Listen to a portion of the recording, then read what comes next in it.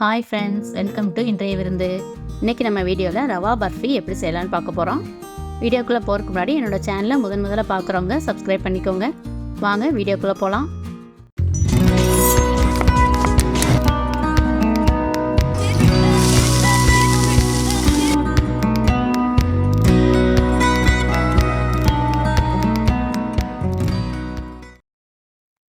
பர்ஃபி செய்கிறதுக்கு முதல்ல அடுப்பில் ஒரு வானல் வச்சுருக்கேன்.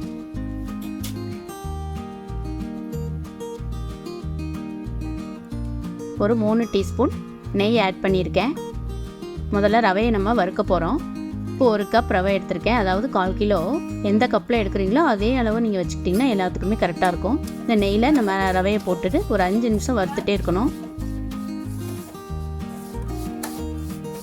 கைவிடாமல் வறுக்கணும், இல்லைன்னா அடியில் பிடிச்சிரும்.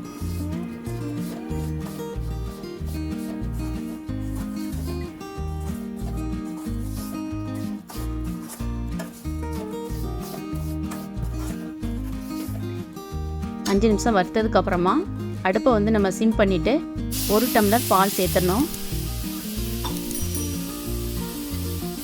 அதை அப்படியே நல்லா மிக்ஸ் பண்ணி விட்டுடலாம்.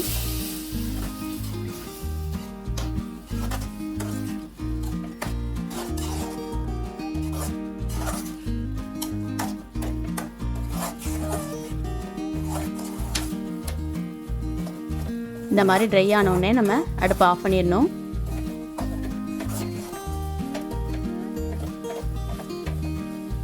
அடுப்பை ஆஃப் பண்ணிக்கலாம்.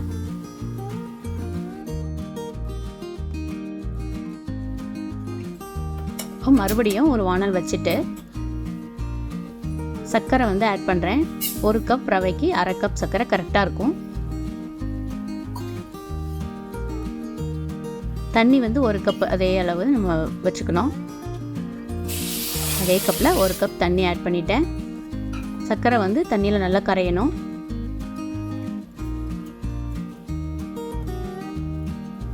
இதுக்கு பாகு பதம் தேவையில்லை, ஒரு பிசுபிசுப்பு தன்மை வந்தால் போதும்.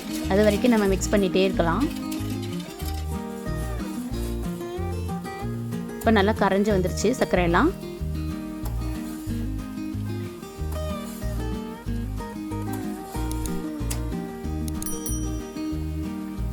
ஒரு 1/4 டீஸ்பூன் ஏலக்காய் பொடி ஆட் பண்ணியிருக்கேன்.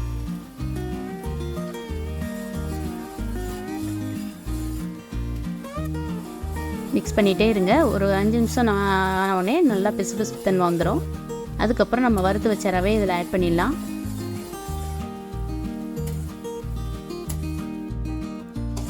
இப்போ பாருங்கள், கொஞ்சம் திக்னஸ் ஆயிடுச்சு.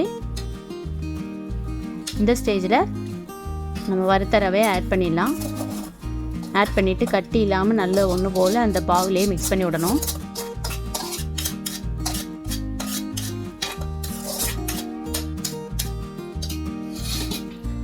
சீக்கிரம் செஞ்சிடலாம் அந்த பர்ஃபி.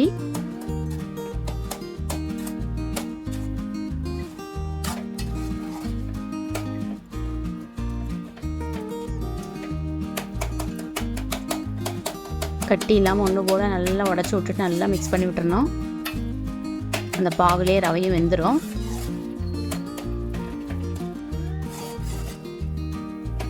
இப்போ பாருங்கள், கெட்டி ஆயிடுச்சு. இப்போ அடுப்பை சிம் பண்ணிவிட்டு ஒரு 2 டீஸ்பூன் நெய் ஆட் பண்ண போகிறேன்.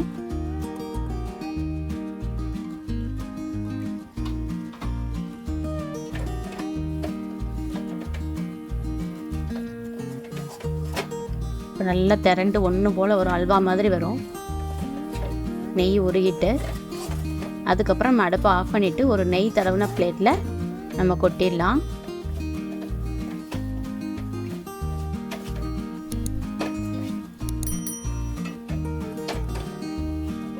நல்லா ஒட்டாமல் கெட்டியாக வந்துடும்.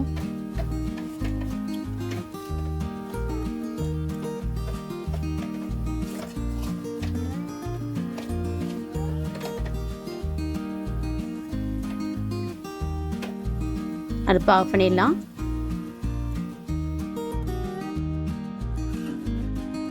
ஒரு பிளேட்டில் நெய் தடவி வச்சுருக்கேன், அதில் கொட்டிடலாம் சூட்டோட.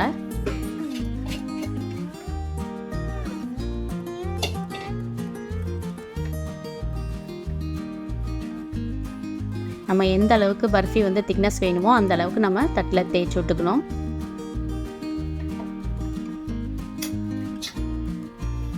ஒரு ஃப்ளாட்டான கரண்டி வச்சுக்கோங்க. இப்போ தேய்க்கிறதுக்கும் உங்களுக்கு ஈஸியாக இருக்கும். ஓட்டை இல்லாமல் இந்த மாதிரி ஃப்ளாட்டான ஒரு கரண்டி எடுத்துக்கலாம். நல்லா ஒன்று போல் ஷேப் பண்ணி விட்டுடலாம். எல்லா பக்கமும் ஒன்று போல் வர மாதிரி ஈவனாக.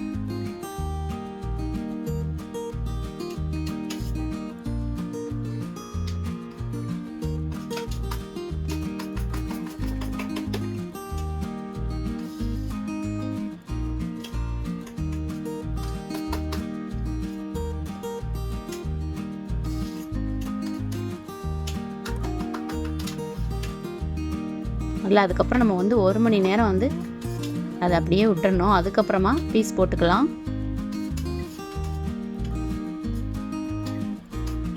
எந்த பக்கம் பிசுறு இல்லாமல் நல்லா ஒன்று போல் தேய்ச்சி விட்டுடலாம்.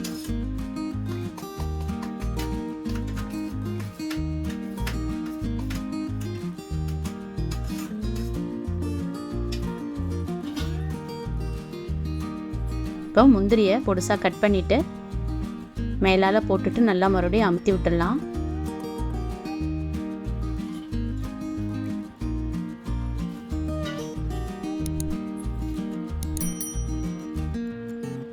எல்லா பக்கமும் முந்திரி ஈவனாக வர மாதிரி போட்டுட்டு நம்ம கரண்டி வச்சு அப்படியே அமுத்தி விட்டுட்டோம்னா உள்ளே பதிஞ்சுக்கும். அதுக்கப்புறம் ஆற விட்டுடலாம். 1 மணி நேரம் ஆற விடணுங்க. அப்போ தான் நல்லா இஞ்சி இருக்கும். அப்புறம் பீஸ் போட்டு எடுக்கிறதுக்கு ஈஸியாக வந்துடும்.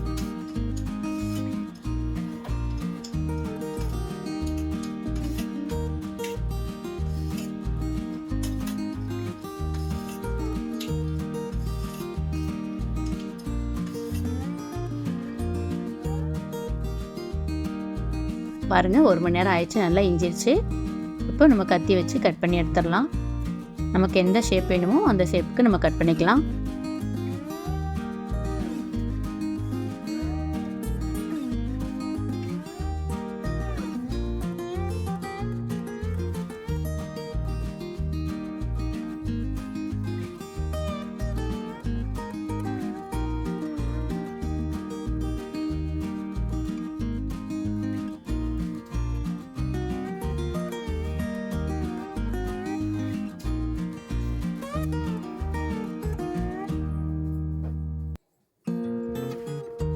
பாருங்க, ஒரு பிளேட்ல நம்ம அப்படியே எடுத்து வச்சிடலாம்.